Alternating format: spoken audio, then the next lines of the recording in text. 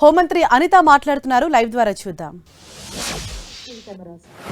అక్కడ ఒక 24/7 పనిచేసే విధంగా ఒక పోలీస్ డిపార్ట్మెంట్ వాళ్ళు అయినా కూడా ఎక్కడొచ్చినా మీరు అబ్జర్వ్ చేసుకుంటే ఈస్ట్ గోదావరి దాటి బయటకు రాకుండా నియర్ బైనే మ్యాక్సిమం ఎన్ని కేజీల గంజా అయినా ఎన్ని కేజీల డ్రై గంజా అయినా ఇమీడియట్గా పట్టుకొని ఈ రోజు 18th కూడా ఐ థింక్ మా ఐసీ గోపీనాథ్ జెట్టి గారు కూడా అన్నారు విశాఖపట్నంలో కొంత గాంజా మనం నిర్మూలించాలని, దాని మీద కొంచెం అది డిస్మాల్ చేయాలని చెప్పి. అంటే ఇలా ప్రతి 3 monthsకి ఒకసారి 4 monthsకి ఒకసారి లాట్స్ ఆఫ్ గాంజాని కూడా మీ రోజు అక్కడ డిస్ట్రాయ్ చేస్తున్నారు.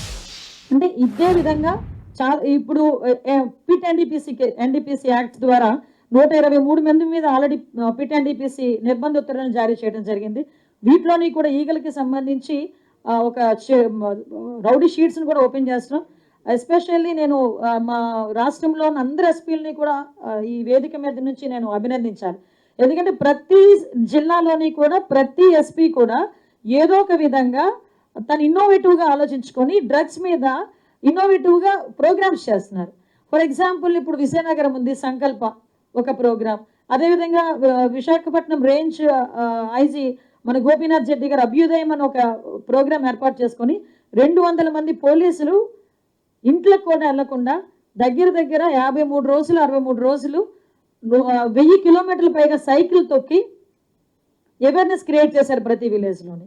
అదేవిధంగా ఈరోజు డ్రగ్స్ మీద దండయాత్ర అని విజయవాడ కమిషనరేట్లో 5 మహిళా పోలీసులు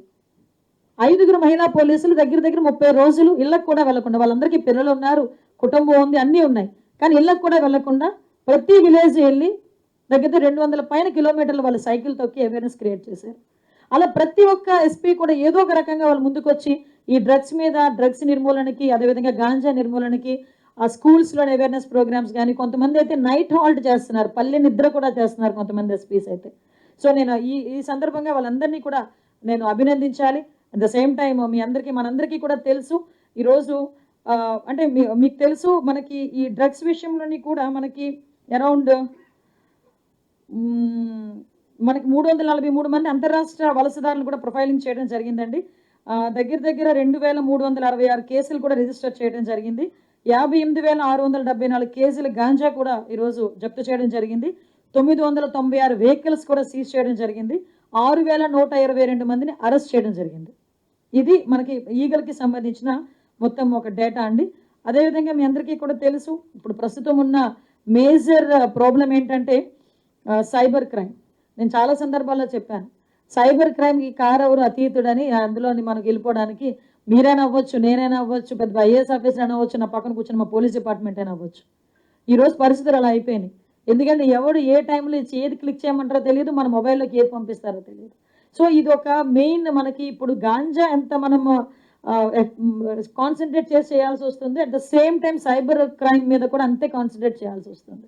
వాళ్ళని ఎలాగ ఎమోషనల్ బ్లాక్మెయిల్ చేయడం, డిజిటల్ అరెస్టులు చేస్తామని చెప్పడం, ఓవరాల్గా ఒక సైకలాజికల్గా వాళ్ళని ఒక డిప్రెషన్లోకి తీసుకెళ్ళటం, లేకపోతే ఆశ చూపించడం. ఈరోజు చూసుకుంటే ఈ లాస్ట్ కరోనా టైంలో మ్యాక్సిమం ఇది చాలా ఎక్కువగా పెరిగింది. చాలామంది పనులు లేక చాలా ఇబ్బందులు పడుతున్న తరుణంలో 5,000 ఇస్తాను, 10,000 ఇస్తానని చెప్పి ఈ చిన్న యాప్స్ బయటకు వచ్చి ఫైనాన్స్ చేస్తామని చెప్పి వాళ్ళ డేటాని మొత్తం వాళ్ళ చేతుల్లో పెట్టుకుని ఆ డబ్బులకి వడ్డీల మీద వడ్డీ వేసి ఆ డబ్బులు కట్టలేకపోతే వాళ్ళ మొబైల్లోని వీళ్ళు హ్యాక్ చేసి వాళ్ళ ప్రైవేట్ ఫొటోస్ని కానీ వాళ్ళ ఫొటోస్ని కానీ మార్ఫింగ్ చేసి బయట పెడతాను చేస్తే చాలామంది సూసైడ్లు చేసుకున్న సందర్భం. నిజంగా నాకు ఆశ్చర్యం అనిపించేది ఏంటంటే ఈ సైబర్ క్రైమ్లో కూడా ఎక్కువ మంది విక్టిమ్స్ ఎవరున్నారా అంటే హైలీ ఎడ్యుకేటెడ్. అంటే ఒక భయాన్ని క్రియేట్ చేసి డిజిటల్ అరెస్ట్లు అంటారు. మొన్న రీసెంట్గా నాకు నిజంగా చాలా ఆశ్చర్యం అనిపించింది. ఒక విజయవాడలో ఒక పెద్ద ఆయన డబ్బులు వేయడానికి వెళ్తే ముందు banker at the same time police department వాళ్ళు వెళ్ళి వద్దు అని చెప్పారు. ఇది నిజంగా డిజిటల్ అరెస్ట్, మీకు సైబర్ క్రైమ్ వాళ్ళు వద్దండి అని చెప్తే ఆయన ఆ రోజు బయటకు వచ్చి ఆ భయాన్ని తట్టుకోలేక నెక్స్ట్ డే వేరే బ్యాంక్కి వెళ్ళి డబ్బులు కట్టేశాడు, దగ్గర 80 లక్షలు. మళ్ళీ 2 రోజులు బ్యాక్ వచ్చి మాకు కంప్లైంట్ ఇచ్చాడు. మేము అతను వార్న్ చేశాం.